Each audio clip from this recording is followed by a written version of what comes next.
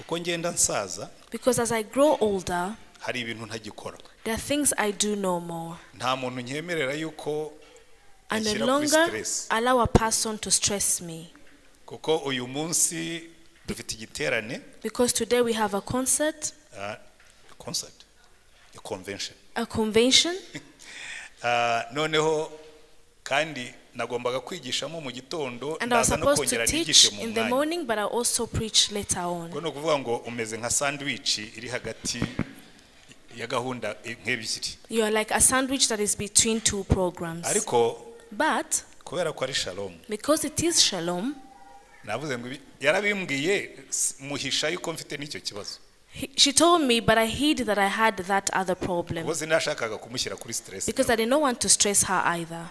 Hanyuma ndamubwira ngo ariko I muzagerageze, told him that please try hanyuma nzajye hombi. so I can be in both places. Shalom, Shalom. ndabashimira cyane ibikorwa mwakoze. I thank you so much for the works that you have done.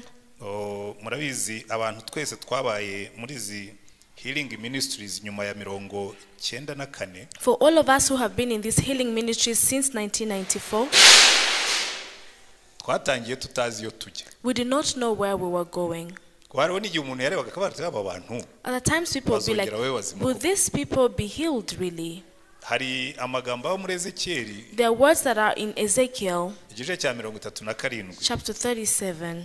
sinzi inshuro nigishije kuri icyo gice. I don't know how many times I've preached on that chapter. Ezekieli mu kibaya cy'amagufwa yumye, Ezekiel in the valley of burnt bones, dried bones. kuko Imana yaramuteruye iramubwira ngo Ezekieli, Because the Lord told him, Ezekiel, ngo arabanze mutembereza muri icyo kibaya, he made him go around this valley. ngo hari huzuyemo amagufwa, It was full of bones, ngo kandi yose yari yumye pe. and they were all dried indeed. Noneho Imana imuha ikibazo, And God gave him a question iramubwira ngo Ezekieli, and told him, Ezekiel, ukureba the way you see, aya magufwa ashobora kongera can kuba these bones be alive? umuntu wese wari uri hano Whoever was here mu kwezi kwa karindwi kwa 94, in July in 1994, uyu mujyi wasaga nabi, this city looked really bad. uyu mujyi wari wuzuye amagufwa, This city was full of bones. uyu mujyi wari wuzuye ibintu bisenyutse, This was full of destroyed things. n'uwari uhari ari muzima, And whoever was here alive, yari muzima inyuma ariko imbere they were alive from the outside, ari igikongo, but inside they were empty. none umuntu akabaza se aba bantu bazongera bayoze. And someone would wonder, would these people be alive again? Ubwo rero Shalom mwarakoze gukora umurimo So mwiza, Shalom, thank you for doing such great work, ariko ntabwo umurimo warangiye. but it need not end there. Abana bangana n'uyu Children like me nabo baracyakeneye Shalom, also need Shalom. kubera ko nimukurikira mu Rwanda uko ibintu bimeze, Because if you follow the way things are in Rwanda, barakubwira ngo 30 na bangahe kwijana they tell you that 30% by'urubyiruko of youth, ngo bafite agahinda gasazi, they have a deep sorrow. ngo bari muri depression, They are depressed.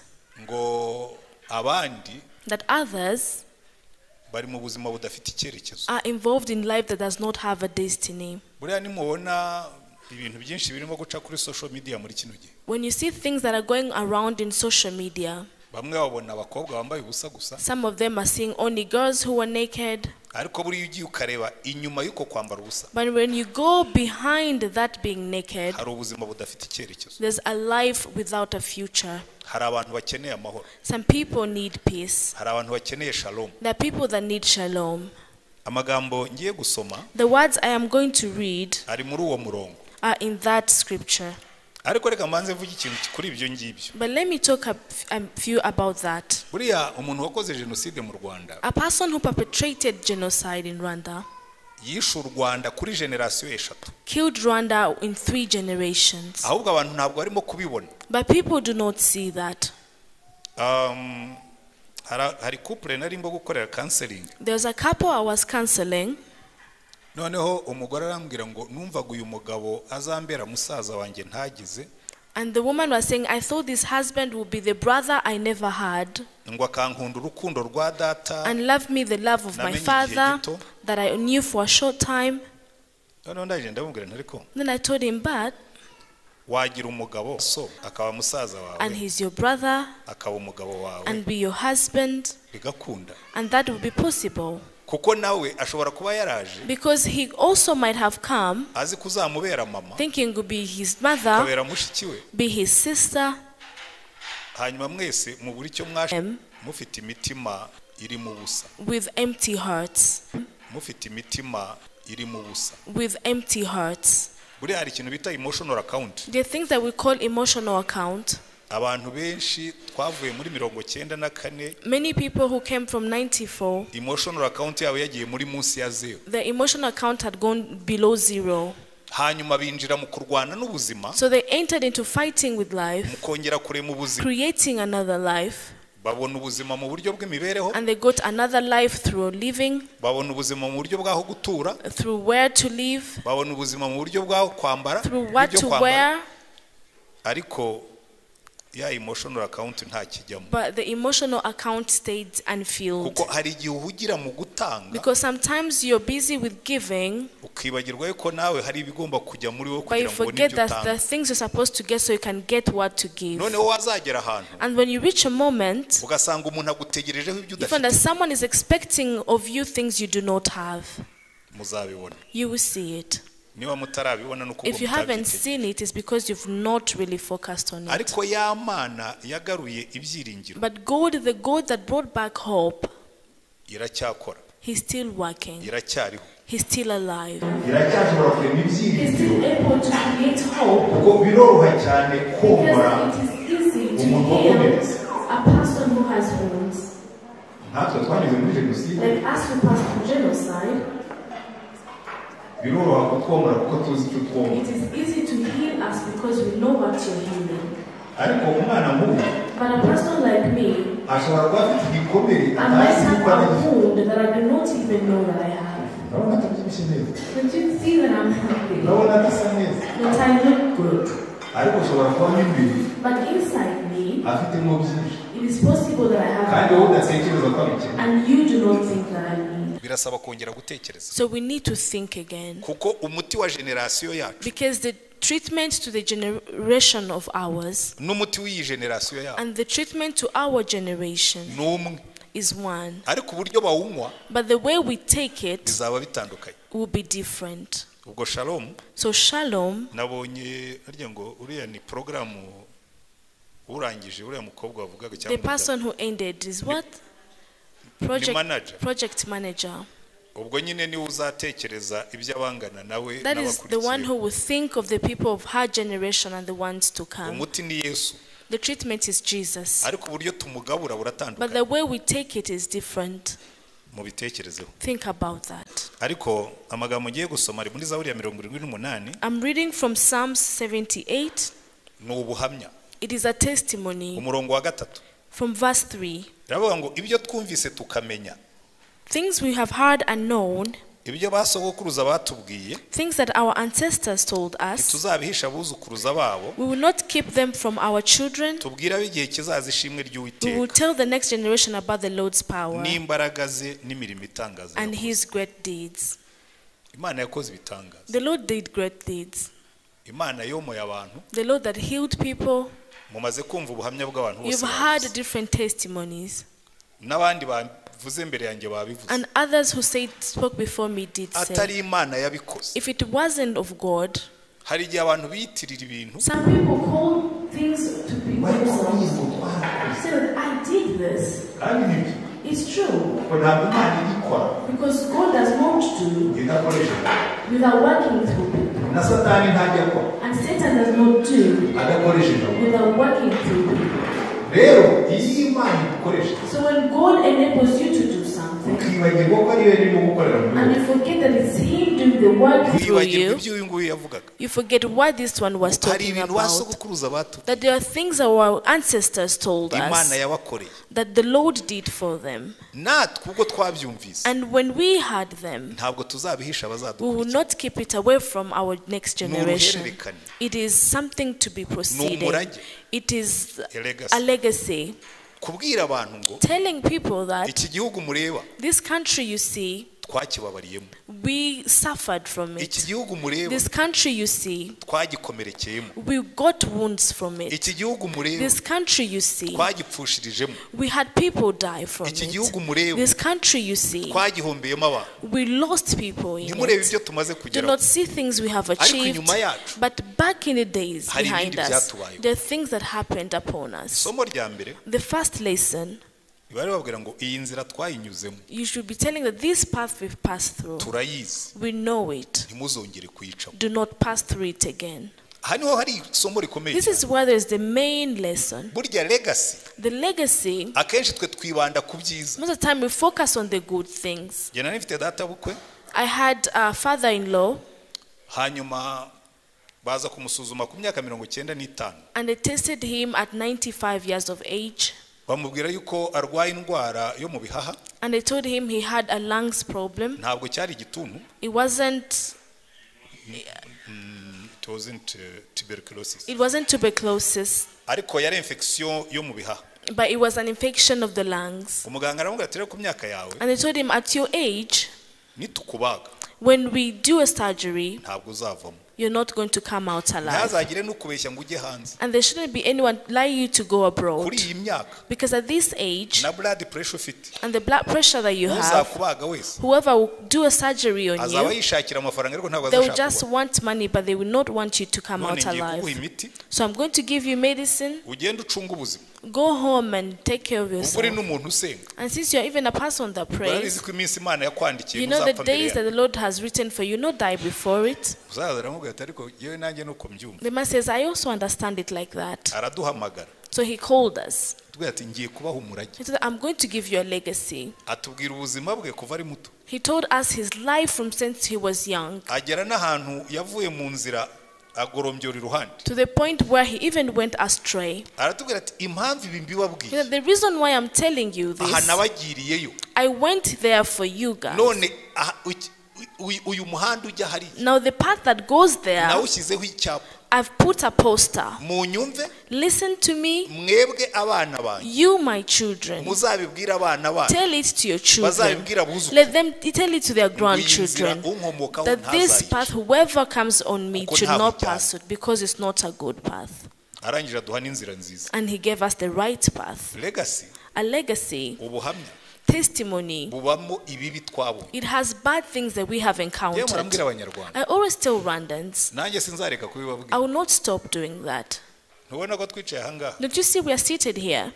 ntimwahoze mureba ubuhamya baduha bw'ibyo Didn't you see jenoside yatu, testimonies of what genocide brought upon ndacyatangara people? cyane I'm still surprised yuko icyo kintu cyatwiciye igihugu, that the thing that killed our icyo country, kintu cyatwambuye abantu, the thing that took our people away ubwo from buhutu us, n'ubututsi, the Hutu and the Tutsi, bamwe baracyabibitse mu mutima, people still have it in their hearts. ngo ucumbikire umurozi That you're keeping a sorcerer akakumaraho abana. and they take away all your people. Sinzi icyo gitindi cyo mu I gikundi do not know why you still love that thing. cyadutwariye abantu, It took us, our people, ariko abantu baracyakibitse. but people still keep it. Ariko simbarenganya, I'm not going to judge you ntibahuye na Yesu, because they never met Jesus. ntibakize ibikomere, They never were healed their ntibabaye wounds. ibyaremwe They bishya. were never new creatures. Ndagira ngo rero mbwire Shalom Now I want to tell Shalom, ngo akazi karacyahari, there's still work to do. kuko hari n'abantu bangana natwe twakize. Because there's still people like us who are Ariko iyo healed. abakobwa bacu cyangwa abahungu bacu bangana But when nawe young girls of my age, bajya kurongorwa, when they go get married, ukamuti mukobwa wanjye, and I tell them, my daughter, si uriya muhungu ni uwo kwande, where is that man from?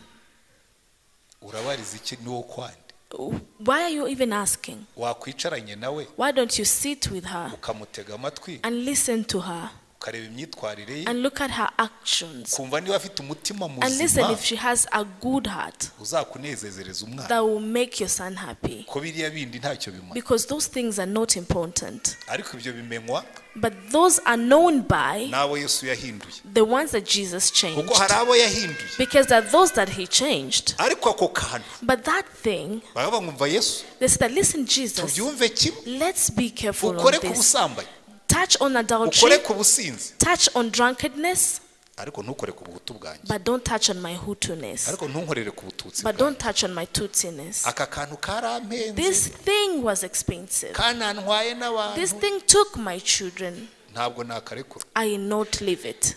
Njyewe nabibonye kera, I saw this a long time ago. iyo uhuye na Yesu when you meet with Jesus, kimwe mu byo abanza kukwambura among of the things that he takes away from you, arabwira ngo wabaye umwana he w'Imana tells you, why don't you become a son of God ntukomeze kuba umwana w'umunyarwanda w'umuhutu cyangwa and be a son of Rwandan who is Tutsi or Hutu? ndabizi bamwe batangiye gukonja I know some of you are started getting abandi cold, batangiye some kundakarira of you are getting mad, ariko n'ubundi bambwiye kubabwira ijambo ry'Imana but they told me to preach to you. iyo umuntu ari muri Kristo When aba someone icyaremwe is in gishya. Christ, they become new creatures. ntabwo ashya uruhande rumwe They do not pass one way ngo ibindi bisigare and leave the rest. arakubwira ngo umwana w'Imana They tell you that be a son of God. n'undi uzabona ujya umushakamo Whoever else, look for God in them. Would help them to be. akunze uriya mutwakazi watanze I ubuhamya loved the Twakazi who gave the testimony. muzajya mumbabarira iyo umuntu ashaje Forgive me, when someone is old, aba conservative they become aho conservatives. kugira ngo mfate umunyarwanda mwite uwashigajwe inyuma n'amateka Instead of receiving a rather saying they were remained behind with the history, nzajya mbita abatwa I'll call them Twa, kuko niko basogokuru babita because that's how our ancestors ariko called them. nindangiza amuvane muri But identite yo after kwitwa that, umutwe I'll remove that identity of being called Twa, abo umunyarwanda and they'll become abo Rwandans, umwana and w'Imana they'll become sons of God. ko nawe itangiye kuvuga ngo nashigajwe inyuma n'amateka Because when I start saying I was left behind by history, kuvuga ngo amateka yaragiye yigetsekara nicaye meaning history continued but you stayed kandi seated. nanjye naragendaga But I was also walking, ahubwo mwanshyize hanze but you put me aside. buriya nimubona bariya basigara inyuma When you see those who stay behind, ntabwo ari amateka y'abashigaje it's not the history that did that. nitwe It is us. ahubwo Shalom muzakomereze hariya Shalom, continue those iriya ends. filiyeri muzayicukure neza Continue in those muzasanga affiliation, you find more people. twigeze kujya gusura abashigajwe inyuma n'amateka We kuko- once went to visit ubwo people ndimo that ndaba were politically remained correct. behind. So I'm trying to be politically correct kuko twari muri context y'ubumwe n'ubwiyunge because we're in the context of unity and conciliation. noneho tuvuye kubasura And when we visited, dusura meya w'akarere we visited the mayor of that district. turamubaza se meya aba bantu twari twafashe n'amafoto We had taken pictures. good enough muri kino gihe amazu mu Rwanda za nyakatsi Good twazikuye enough, these days, hatched houses are no more. ariko meya But mayor, buriya twazikuye hanze ariko zasigaye mu mutima we removed them from outside, but they remained in our n'ubundi hearts. umuntu wubaka inzu ya nyakatsi aba A atekereza person nka nyakatsi who still builds hatched houses is still thinking like that. ariko buriya uriya muntu wubaka inzu ya nyakatsi When a person builds a hatched house, ntabwo bizamuvamo twe tutamufashije it will not kumuvamo. come from them if we do not help them. kuko ugomba guhinduka si umutwe Because whoever is supposed to change is not the Torah. nitwe tumukikije It is us surrounding them. kuko iyo usuzuguye umuntu Because when you despise a person ukamunena and you refuse to associate with amazina. them and you call them names, ntabwo ashobora kuza ngo agusange they will not come towards you. turacyafite akazi We still have work. ariko hari ibyo Imana But yakoze there are things that the Lord has done bitwereka ko ibyo that dutekereza show us bishoboka that what we think is possible. ni uyu muririmbyi wazaho niyo avuga ngo ibyo twebwe twumvise The singer of Psalm says the Cyangwa ones, ibyo the things that twabonye. we heard or the things that we saw, tuzabibwira abana we will bacu tell it to our children tubabwire ngo bazabibwire and we'll n'ababo tell them to tell their own bamenye children ibitangaza so Imana they can know ishobora the gukora great things that the Lord can do. noneho icyo gihe meya yaratubwiye Now that time Mayor told us ngo erega bariya bantu ngo ntibashobora kuvayo that those people cannot leave that side. ndavuga nti meya I told him, Mayor, igihe uzaba ugitekereza gutya when you still think like that, ntabwo bazavayo they will not come from there. kuko ugomba gushaka igisubizo cyo Because you're supposed to kubavana find a solution to remove them from No. there. It's you. ni twebwe It is me. murebe noneho ibyo Shalom irimo Now gukora look at byose. the thing that Shalom is doing. ibyo yakoze byose Things that Shalom has done. mubitekereze yuko bigikenewe Think of it as something that is still needed. murebe abandi bakibikeneye Look at other people that still need murebe it. urubyiruko rufite agahinda Look at the gasaza youth that is depressed. murebe abaturage bagifite Look at imitekerereze the mibi youth that still think like murebe that. abakigenda Look at the n'ingengabitekerezo people that are still working with ideologies. ishobora kuba atari n'iya jenoside It could not be an ideology of genocide, ariko n'iy'amacakubiri but it's still of kuko differences. iyo ikiri uruhinja Because when you are still a baby, wenitse when that ideology is still a Iyo ikiri baby, uruhinja. when it's still a baby, iba ingengabitekerezo y'amacakubiri it becomes an ideology of ariko iyo differences. ikuze But when it grows, iba ingengabitekerezo y'urwango it becomes an ideology of hate. noneho ikabyara ibyo bindi And byose then it gives birth to all those things. tugomba kuyirandura we are supposed to uproot it. Shalom rero So shalom, muracyafite akazi you still have work. kuko uyu mwanditsi wa Zaburi Because this writer of Psalms, umurongo wa 6 yaravuze ngo verse 6 say that, ibyo tuzabikora that we will do. dutanga ubuhamya nk'ubu baduhaye And we give testimonies like we've been n'ubundi given. mugiye kumva And others you're going to listen to. ngo kugira ngo abigihe kizaza So that the next generation bazabimenye might learn them. nibo bana bazavuka They're the children to be born. nabo bahaguruke And they will also stand babibwira abana babo and tell it to their children. nkundura uruherekane I love this procedure. ukabwira abana bawe You tell your children ngo ibi bintu twakoze that these things that we did, muzabikomeze